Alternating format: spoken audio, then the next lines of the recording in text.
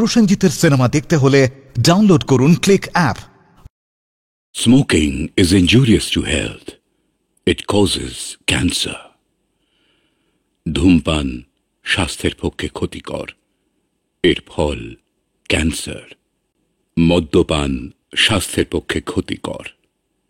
Consuming alcohol is injurious to health.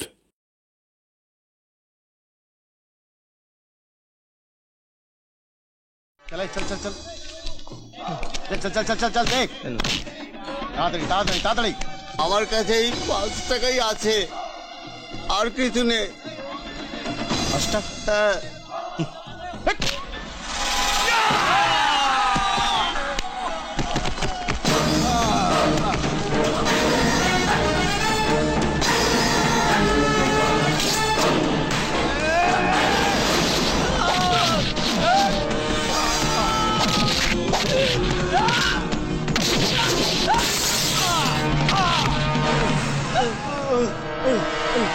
চল পালা, এই চল চল। তুমি নতুন এসেছো দাদা, জানো না কি সাংঘাতিক এরা। আরে আমি একা এতগুলো লোককে পিটলাম, তারপরে বলবো ওরা সাংঘাতিক? ওরা এতক্ষণে বোধহয় থানায় চলে গেছে। মাসে 1000 টাকা করে না পেলে ওই অটো স্ট্যান্ড আমি তুলে দেব। আপনি স্ট্যান্ড তুলে দেবার কে? ওই জায়গাটা কি আপনার কেনা জায়গা? ওই তুই কে? পারমিশন না নিয়ে আমার চেম্বারে ঢুকে পড়লি কেন? আমি ওই অটোওয়ালা রতন, যাকে তুলে আনার জন্য আপনি পুলিশ পাঠিয়েছিলেন। ও, তুই সেই হারামি অটোওয়ালা? স্যার, আমি কিন্তু ভদ্রলোকের ছেলে। চুরি জোচ্চুরি তোলাবাজি না করে পেটের দায়ে অটো রিক্সা চালাই। আমার সঙ্গে খিস্তি দিয়ে কথা বললে আমিও কিন্তু খিস্তি দিয়ে কথা বলবো। মুখ সামলে কথা বল, নইলে ঘাড় ধরে লকাপে ঢুকিয়ে দেবো। এমন কোন মায়ের লাল জন্মায়নি যে আমার এই ঘাড় ধরতে পারে। তোরা এতজন মিলে একটা ছেলেকে কিছু করতে পারলি না? কি করব বলুন? ও শালা একাই 100। যেমন তার সাহস তেমন তার গায়ের জোর। ছেলেটি কোথায় থাকে জানিস? আপনার দলের ওই নন্দবাবু আছেন না, ওই নন্দবাবুর পাশের বাড়িতে। অটো চালায় মানে টাকার জোর তেমন নেই। টাকা দিয়ে ওকে হাত করতে হবে। কত টাকা দেবেন? তুমি বলো কত টাকা চাই। মাফ করবেন স্যার, আমার এই হাত দুটো এখনো পরিষ্কার আছে। আপনার নোংরা ঘাঁটা হাতের সঙ্গে হাত মিলিয়ে আমার এই হাত দুটোকে আমি নোংরা করতে চাই না। অনাথ ছোট ছোট ছেলে মেয়েদের জন্য জমি সমেত এই বাড়িটা অনুরাধা দেবী নামে এক মহিলা দান করেছিলেন। এই দান কোনো লেখাপড়া করে হয়নি। মাস 2 আগে অনুরাধা দেবী মারা যান। এখন ওর স্বামী দিলীপ দত্ত এই বাড়ি আর জমি ফেরত চাইছেন। এই দিলীপ দত্ত বলে লোকটি কি করেন, থাকেন কোথায়? শুনলাম রতন নামে একটা অটোওয়ালা ওই অনাথ আশ্রমটা চালানোর দায়িত্ব নিচ্ছে। আপনি থামুন তো, ওটা মাথা মোটা অপদার্থ। অটো চালিয়ে ওর কত টাকা রোজগার হয় যে নিজের সংসার চালিয়ে আবার অনাথ আশ্রম চালাবে? বলো, কেন আমার সঙ্গে দেখা করতে এসেছো? টালিগঞ্জের ট্রাম ডিপোর কাছে আমাদের একটা অটো স্ট্যান্ড আছে। এমএলএ প্রদীপ রায়ের কিছু গুন্ডা আমাদের কাছ থেকে তোলা আদায় করে। সেটা দিতে অস্বীকার করাতে থানার বড়বাবু বলেছেন যে আমাদের অটো স্ট্যান্ডটা তুলে দেবেন। এমএলএ হ্যালো দেবেন বাবু। হ্যাঁ বলছি। আচ্ছা, আপনি আমাদের দেশের একজন গণ্যমান্য মন্ত্রী হয়ে এর বেটা বাজে অটোওয়ালাকে।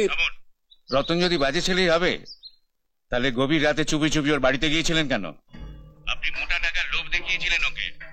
ও সেই টাকা নিতে চায়নি বলে কি ও বাজে ছেলে? যে ছেলেটা মাত্র 10 বছর বয়স থেকে দুবেলা পরিশ্রম করে মা 3 ভাই বোনকে দুবেলা অন্ন তুলে দিয়েছে, মুখে লেখাপড়া শিখিয়েছে, সেই ছেলেটা বাজে ছেলে? রতনের মতো আরো 2-1টা বাজে ছেলে পেলে আমার কাছে পাঠিয়ে দেবেন, আমি চেষ্টা করে দেখবো ওদের জন্য কিছু করা যায় কিনা। রতনের অটোর লাইসেন্স আমি ক্যান্সেল করবোই না, বরং ওর মুখ থেকে যা শুনলাম আপনাকে কি করে এমএলএর পদ থেকে সরিয়ে দেওয়া যায় সেই কথাটাই ভাবছি। আপনারা আমাকে যতই বাধা দিন ওদের অটো স্ট্যান্ড আমি পার্মানেন্ট করে দেবো।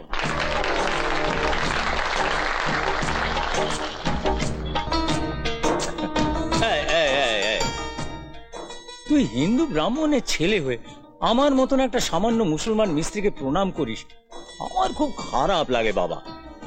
তুমি যখন এই কথাটা বলো না সিরাজ কাকা, তখন আমার আরো বেশি খারাপ লাগে।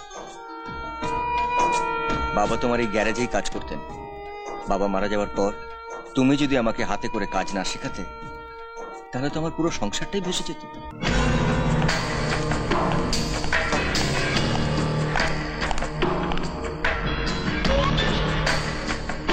It's too much daddy.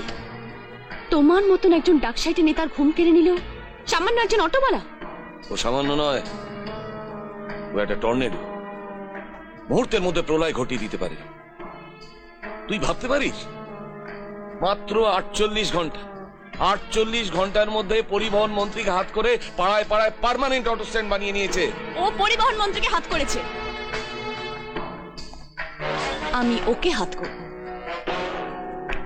মাত্র 48 ঘন্টার মধ্যে।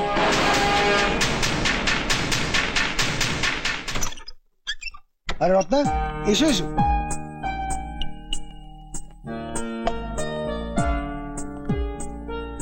ওহ, কি একটা বাড়িতে থাকো তোমরা, যাকেই জিজ্ঞাসা করি কেউ আর বলতে পারে না। কেউ বলে এদিকে তো কেউ বলে ওদিকে, তাই খুঁজতে এত দেরি হলো। আচ্ছা, তোমাদের বাড়িতে কি কোনো কালকে অটোওয়ালা থাকে? চলো তুমি ভেতরে চলো। ভেতরে তো যাবই, তবে তার আগে বলো তোমরা কোন বুদ্ধিতে এক অটোওয়ালাকে এই বাড়ি ভাড়া দিয়েছো? আরে তোমাদের তো স্ট্যান্ডার্ড লো হয়ে যাবে, তারা ওই অটোওয়ালাকে। যাকে তুমি অটোওয়ালা বলে সম্বোধন করছো, সে তোমার বন্ধু তপনের দাদা। হোয়াট? তপন? তোমার দাদা একজন অটোওয়ালা? ইম্পসিবল। অটো?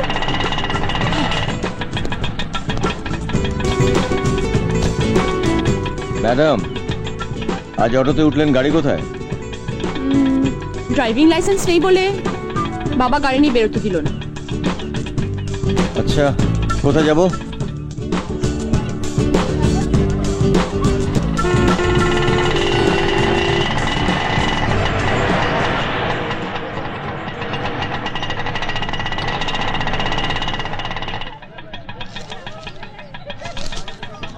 নাও তোমার টাকা।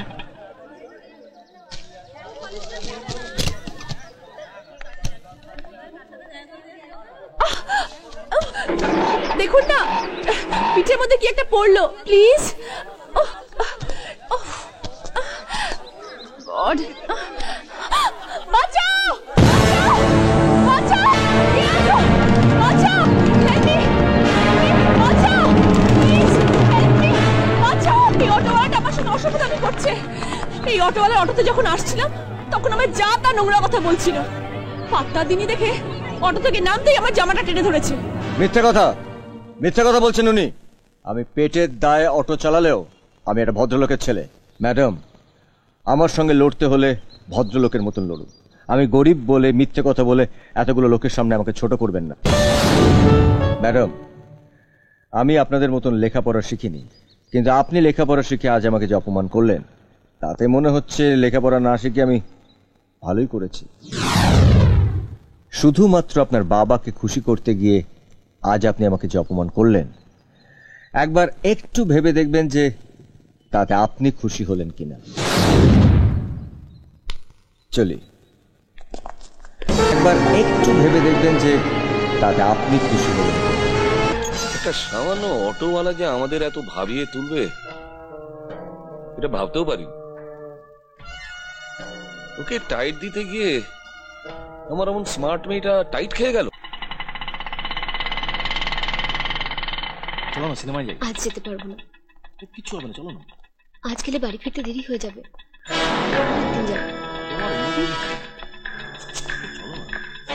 রুনু আর নোচে একসাথে বাড়িতে যেতে তো জানতে হয়। কি হবে? প্রেম করছি।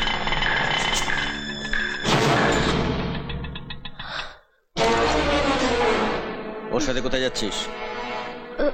ও আমার বন্ধু নোচে চৌধুরী, বেনফিশে ওর একটা চাকরির জন্য এসেছে। থাক, ওর পরিচয় আমাকে দিতে হবে না।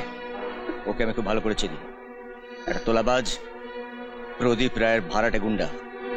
তুই ভুল করছিস বড়দা, ও প্রদীপ রায়ের গুন্ডা নয়। ওকেই জিজ্ঞেস কর যে ও প্রদীপ রায়ের বাড়িতে যায় কিনা। প্রদীপ রায়ের বাড়িতে গেলে প্রদীপ রায়ের গুন্ডা হয়ে গেল? মেজদা ছোটদা তো রোজ দুবেলা প্রদীপ রায়ের বাড়িতে যায়, তাহলে তো বলতে হয় মেজদা ছোটদা প্রদীপ রায়ের ভাড়া করা গুন্ডা। আমার সঙ্গে তর্ক করবি না। চল আমার সঙ্গে। বর্দা, আমার হাতটা ছাড়, ওর সঙ্গে আমার কিছু জরুরি কথা আছে। ওর মতন একটা তোলাবাজের সঙ্গে তোর কি কথা থাকতে পারে? চল আমার সঙ্গে। বর্দা, ও আমার বন্ধু, আমি ওকে ভালোবাসি। ভালোবাসিস? হ্যাঁ, ভালোবাসার লোক পেলি না? আয়। ছেড়ে দে, আমার হাতে ছেড়ে দে বর্দা, নাহলে আমি কিন্তু চিৎকার করে লোক ডাকবো। ওর হাতটা ছেড়ে দাও।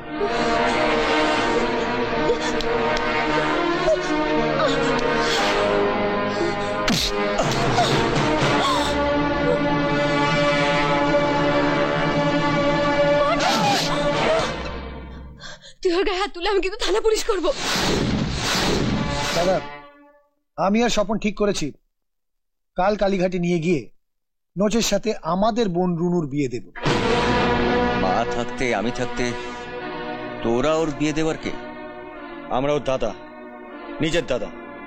ওর কিসে ভালো হবে সেটা ওর নিজের দাদারা ঠিক করবে, সৎ দাদা নয়। কি তোরা এত বড় কথাটা ওকে বলতে পারলি?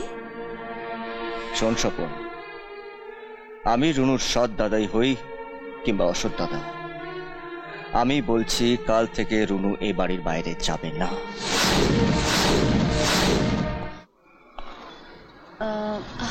আমার উপর থেকে রাগ এখনো কমেনি? শুধু বাবা নয়, আমিও মানুষ চিনতে ভুল করেছি। জুতো মেরে গরুদান করতে এসছেন?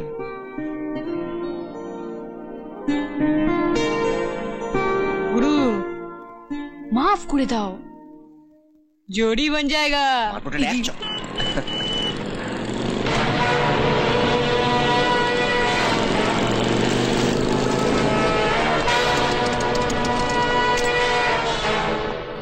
দাও। কি দেব? টাকা দেবে। টাকা আবার কি? হপ্তা। আমি তো তোকে বলেছি নোচে, এই অটোওয়ালারা আর তোকে কোনো টাকা দেবে না। আচ্ছা, তুমি টাকা না দিলে তোমার বোনকে খাওয়াবো কি? হ্যাঁ বলো। আমি তোকে ভালোভাবে বলছি নোচে, তুই এখান থেকে চলে যা। না, আমি হপ্তা না নিয়ে যাব না। আর তুমি তো আমার বড় শালা, বোনের কথা ভেবে কিছু টাকা দিয়ে দাও। ঝিলিক রতনের অটোতে উঠেছে? আমাদের তো টাকা দিলই না, উল্টে আমাদের নাকে ডকা দিয়ে আপনার মেয়েকে অটোতে নিয়ে চম্পট দিল। এই মাসের 13 তারিখ মহালয়া, ওই দিন অমাবস্যা। আশ্রমের ধারে কাছে যতগুলো ল্যাম্পপোস্ট আছে সেগুলোতে যাতে লাইট না জ্বলে তার ব্যবস্থা করতে হবে। আর নোচে শ্যামা, ওই রাতে তোরা আশ্রমের দখল নিবি, বাচ্চাগুলোকে বের করে দিয়ে আশ্রমের গেটে তালা ঝুলিয়ে দিবি।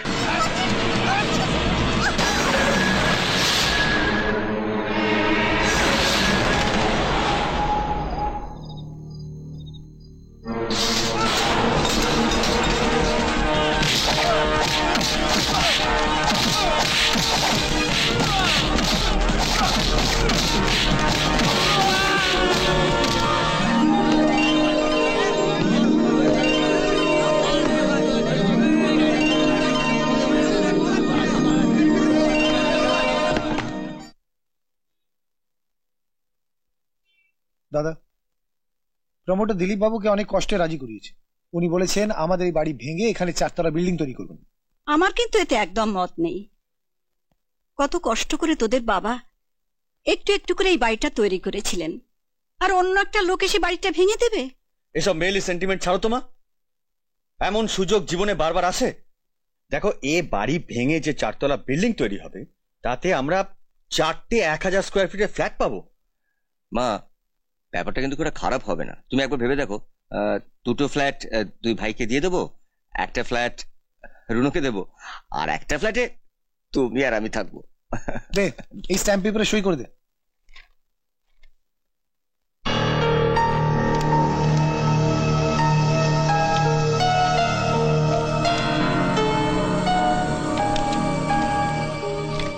কি লেখা আছে রে এতে? তোর হাতে ওটা দেওয়াটাই ভুল হয়েছে। তুই তো লেখাপড়া জানিস না, পড়বি কি করে? ওতে লেখা আছে এই বাড়ি ভেঙে যদি ফ্ল্যাট করা হয় তাতে তোর কোনো আপত্তি নেই। এই দুটো কথা লেখার জন্য তোরা 2 পাতা টাইপ করে ফেললি? কাকে দিয়েছি রাজার পা। দাদা তুই স্ট্যাম্প পেপারটা উল্টো ধরেছিস, এইভাবে ধর। এনে পেন নে, সই করে দে। তোরা তো বললি যে এতে লেখা আছে যে এই বাড়িটা ভেঙে ফেললে আমার কোনো আপত্তি নেই, তাই না? হ্যাঁ হ্যাঁ, তাই তো লেখা আছে। এই তো এই জায়গায় লেখা আছে। আমি নয় ভুল করে স্ট্যাম্প পেপারটা উল্টো করে ধরেছিলাম, কিন্তু তোরা তো ইচ্ছে করে উল্টো কথা বলছিস। এখানে তো অন্য কি সব লেখা আছে। তুই কি করে জানলি যে ওতে অন্য কথা লেখা আছে? আমি কি করে জানলাম? I, Sri Ratan Chaudhary, son of late Avinash Chaudhary, now residing at 36 Mohim Haldar Street. কিরে, আর পড়বো না তোদেরকে থামিয়ে দিতে এখানেই থেমে যাব? এতে কি লেখা আছে জানো মা? লেখা আছে আমি আমার নিজের ইচ্ছায় আমার এই বাড়িতে যে অংশটুকু আছে সেটা আমি স্বপন তপনের নামে 1 লাখ টাকার বিনিময়ে লিখে দিলাম। আজকের পর থেকে এই বাড়ির ওপর আমার আর কোনো অধিকার থাকবে না। ছিঁড়ে ফেল এটা। ওই অপদার্থ ছেলে দুটো তুই না ফেললে আমায় দে। না মা, ওরা যখন চাইছে তখন। তাই বলে বাড়িটা তুই ছেড়ে দিবি? হ্যাঁ মা। কি গো বাবা, তুমি তো বলেছিলে তোমার মতো বিচক্ষণ বুদ্ধিমান নেতা নাকি পুরো পশ্চিমবাংলায় খুঁজলেও পাওয়া যাবে না। কেন, কি হয়েছে? তুমি রতনের 2 ভাই স্বপনকে আর তপনকে কত টাকা দিয়েছো? ওই 10,000 15,000 করে বেশ কয়েকবার দিয়েছি। কেন দিয়েছো? ওরা বলেছিল আজ হোক কাল হোক রতনকে বুঝি সুঝি আমার দলে নিয়ে আসবে। তুমি যেমন লোকের মাথায় টুপি পরিয়ে ভোট আদায় করো, তেমনি ওরা 2 ভাই তোমার মাথায় টুপি পরিয়ে তোমার সব টাকা নিয়ে গেছে। রতনের সঙ্গে ওদের আর কোনো সম্পর্কই নেই। রতন বাড়ি ছেড়ে চলে গেছে। ওরা তো সেদিনও বলল রতনকে প্রায় রাজি করিয়ে এনেছে। আর কোনোদিনও বলো না তোমার মতন বুদ্ধিমান নেতা আর নেই, কারণ আমার মনে হয় তোমার মতন বুদ্ধ নেতা সারা পশ্চিমবঙ্গ খুঁজলেও পাওয়া যাবে না। এটা রুনুর শাড়ি, কেমন হয়েছে বলো তো? বাহ, ওরা তো মাসে মাসে 2,000 টাকা করে পাচ্ছে, হঠাৎ আবার শাড়ি আনতে গেলি কেন? সামনেই তো পুজো, একটাই তো বোন, ছোট বোনটাকে কিছু দেবো না? সকাল 5টায় অটো নিয়ে বেরিয়ে রাত 11টা 12টা অব্দি খেটে ওই অকৃতজ্ঞ বোনটার জন্য শাড়ি কিনে নিয়ে এলি। আর যে তোকে। মা, ও ছোট, ও ভুল করেছে বলে কি আমাকেও ভুল করতে হবে? এই হচ্ছে রুনুর শাশুড়ির শাড়ি, আর এই হচ্ছে তোমার শাড়ি। আমার জন্য আবার? আর এই হচ্ছে তোমার জামাইয়ের জামা আর প্যান্ট।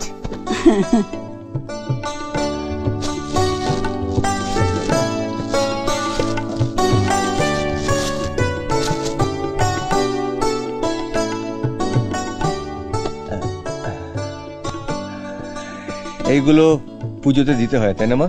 তুই এত সব জানলি কি করে? জানি। এই নাও 2,000 টাকা।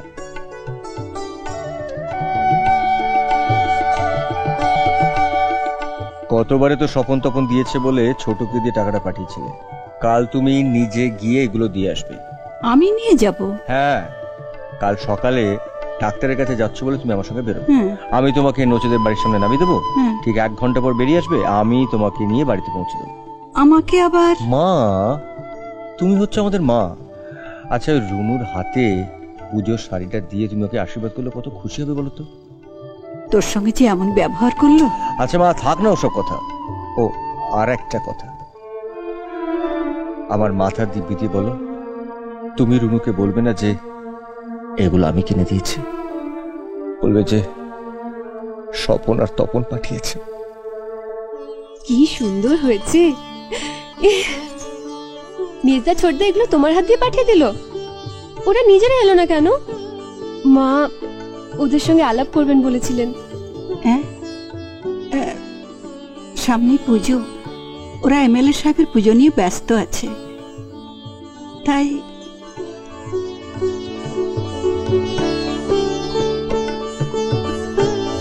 এখানে 2000 টাকা আছে, নিন।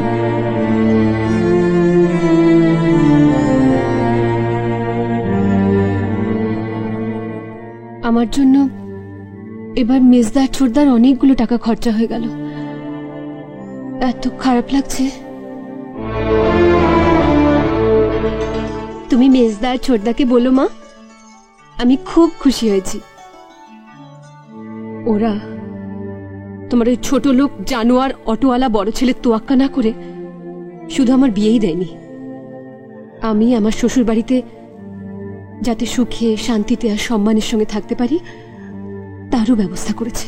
আমার মাথার দিব্যি দিয়ে বলো, তুমি রুনুকে বলবে না যে এগুলো আমি কিনে দিয়েছি, বলবে যে স্বপন আর তপন পাঠিয়েছে।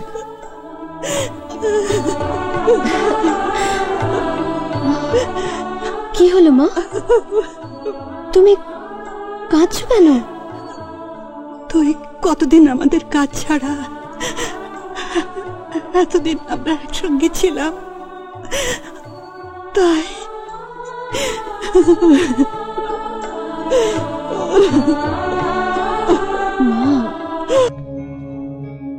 মা একটু সরো। কেমন আছিস? কেমন আছি? আরে থাক থাক, এই ঠিক আছে। কি হলো?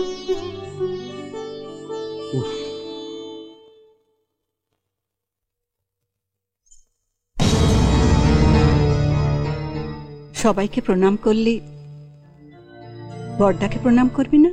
ওকে প্রণাম করতে যাব কেন? ও আমার কে যে ওকে প্রণাম করতে হবে?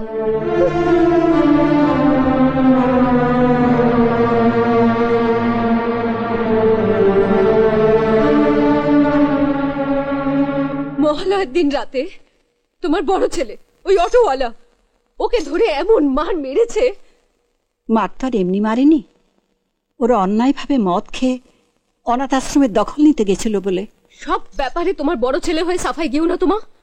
তোমার কথা শুনলে মনে হয় ওই অটোওয়ালাই তোমার একমাত্র পেটের ছেলে, আর আমরা 3 ভাই বোন গাঙের জলে ভেসে এসেছি। চালায় তো একটা অটো, অটোওয়ালার এত তেজ কিসের? একটা ভদ্রলোকের ছেলের গায়ে হাত তোলে কোন সাহসে? শোন মেস্তা, মন মেজাজ একদম ভালো নেই রে, তাই ভাবছি কয়েকটা দিন আমি আরো একটু দীঘা থেকে ঘুরে আসবো। হ্যাঁ হ্যাঁ, তাই যায় না, তাই যা। শোন না, সামনের মাসের 2000 টাকাটা যদি তোরা আজকেই দিয়ে দিতে পারিস তাহলে খুব ভালো হয় রে।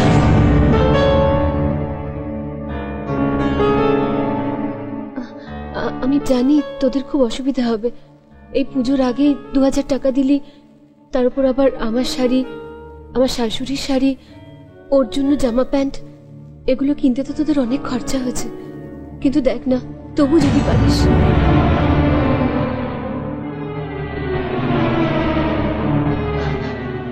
আমি বুঝতে পারছি রে, মাসের শেষ হতে না হতে আবার এতগুলো টাকা।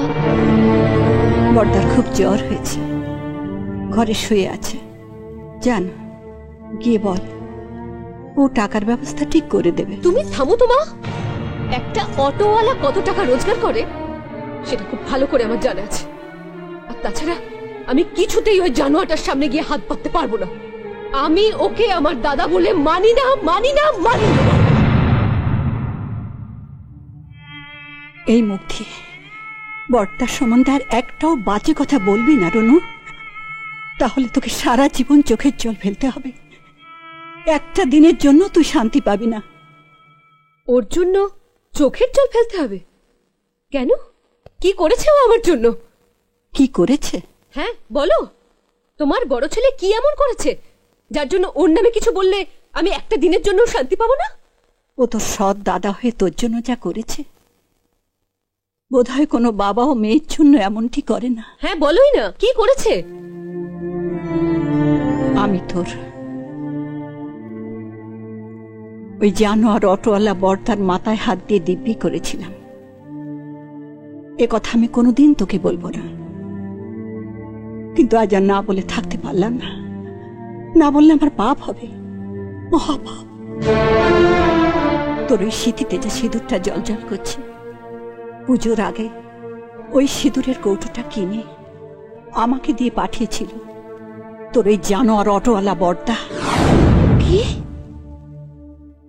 পরনের ওই শাড়িটা পরে পুজোর কদিন মা দুর্গাকে প্রণাম করেছিস, শাশুড়িকে প্রণাম করেছিস, আজ আমাকে প্রণাম করলি। অথচ ওই শাড়িটা পরে সবচেয়ে তোর আগে যাকে প্রণাম করা উচিত ছিল সেই এই শাড়িটা কিনে দিয়েছে তোর ওই জানোয়ার অটোওয়ালা বড়দা।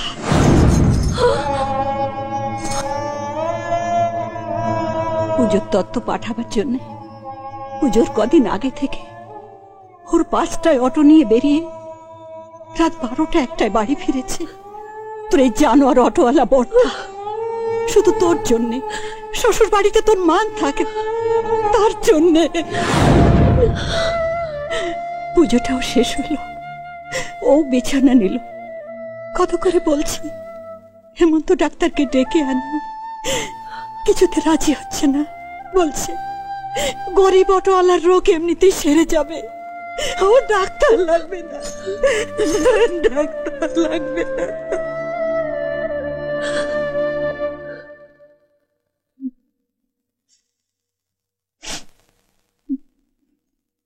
ও গুরু, জ্বরটা তো বেড়েই যাচ্ছে, হেমন্ত ডাক্তারকে একবার ডেকে আনি না? এই জ্বর ডাক্তার সারাতে পারবে না রে ছোট। কেন পারবে না? কেন? ও তুই বুঝবি না, এই জ্বর তখনই হয় যখন কারোর বুকের পাঁজর ভেঙে টুকরো টুকরো হয়ে যায়।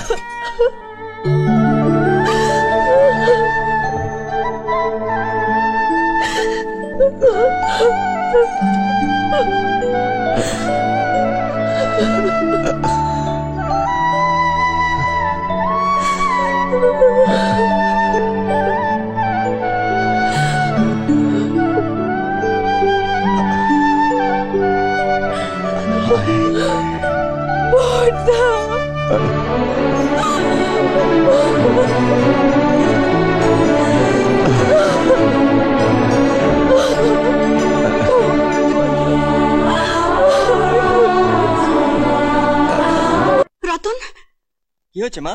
শিগগির চল, জবা আবার অজ্ঞান হয়ে গেছে।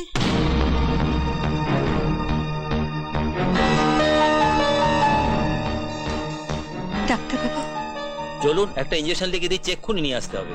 আমাকে দিন, আমি নিয়ে আসছি। তুই যাবি? হ্যাঁ গুরু, তুমি এখানে থাকো, আমি তো অটো চালাতে শিখে গেছি, যাবো আর আসবো। এনে চল। চলো চলো। আসি গুরু।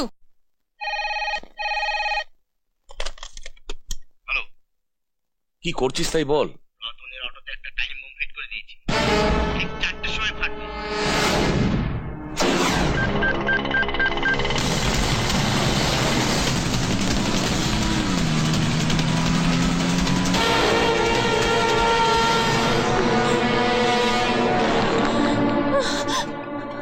তুমি এখানে? বাইরে তোমার অটোটা না দেখে আমার বুকের ভেতরে ছ্যাদ করে উঠেছিল। কেন? বাবার পোষা গুন্ডারা তোমার অটোতে টাইম বম ফিট করে রেখেছে। Time bomb? ঠিক 4টের সময় ফাটবে।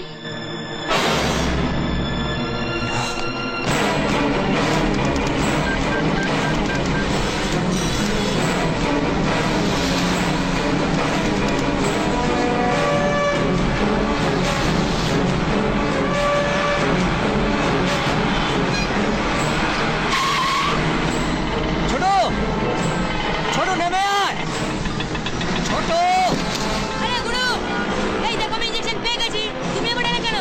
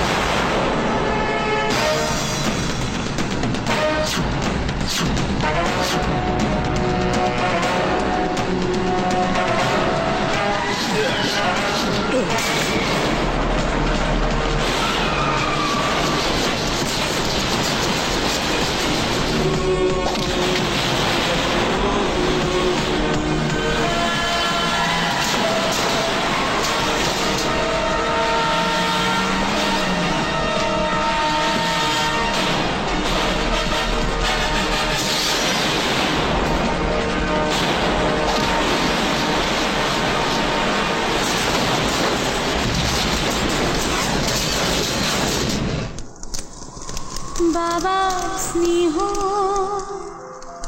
মায়ের আদর পেয়েছি আমি গুরুর কাছে। জানো গুরু, তোমাদের যখন বিয়ে হবে আমি কি মজা করবো দেখবে। যজ্ঞের আগুন জ্বলবে, পুরোহিত মন্ত্র পড়বে, আমি তো তোমাদের দুজনকে চোখ ভরে দেব। আর তোমার হাতের সঙ্গে ঝিলিগিরিমণির হাত আমি কিন্তু মেলাবো। হ্যাঁ, ওর বড় আশা ছিল তোদের বিয়েটা দেখবে। আমি নিজের জীবন দিয়ে তোদের এক করে দিয়ে গেল। প্রসেনজিতের সিনেমা দেখতে হলে ডাউনলোড করুন ক্লিক অ্যাপ।